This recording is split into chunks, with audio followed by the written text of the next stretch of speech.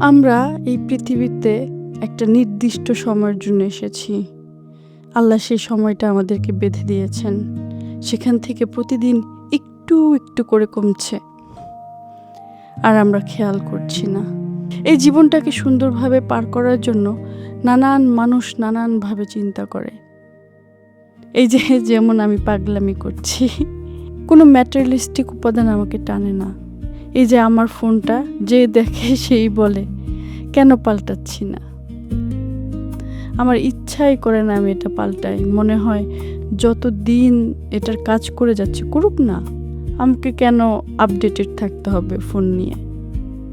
একদমই টানে না। এই যে শপিং মলে যাওয়া, প্রসাধনী দেখা, ব্র্যান্ডের জুতা, ব্যাগ, জামা, নতুন নতুন যে অবসেশনগুলো দেখি মানুষের, সেগুলোও টানে না। আমাকে এই পাগলামিগুলো টানে। এই যে যেমন দেখেন না, বাসার কাছে 5 মিনিট হাঁটার দূরত্বে একটি পার্ক, সেই পার্কেই আমি সাজিয়ে রিসোর্ট বানিয়ে ফেলেছি।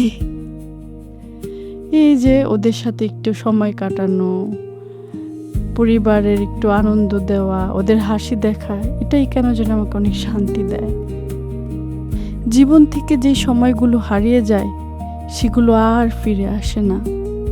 তাই পরিবার, সন্তান, স্বামী স্ত্রীর অনেক ভালো থাকা দরকার, অনেক হাসা দরকার, অনেক উপভোগ করা দরকার।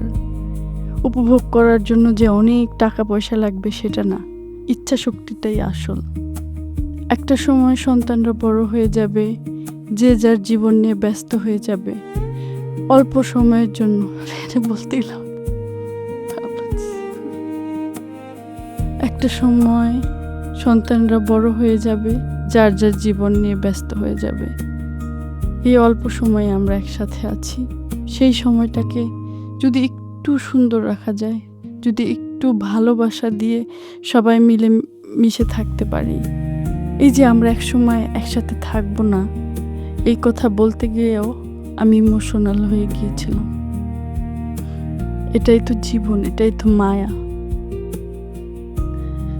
এই ভালোবাসাটুকুই নিয়ে মানুষ বেঁচে থাকুক, যেটা পিওর ইনোসেন্স, যার ভিতরে কোনো ভেজাল নাই।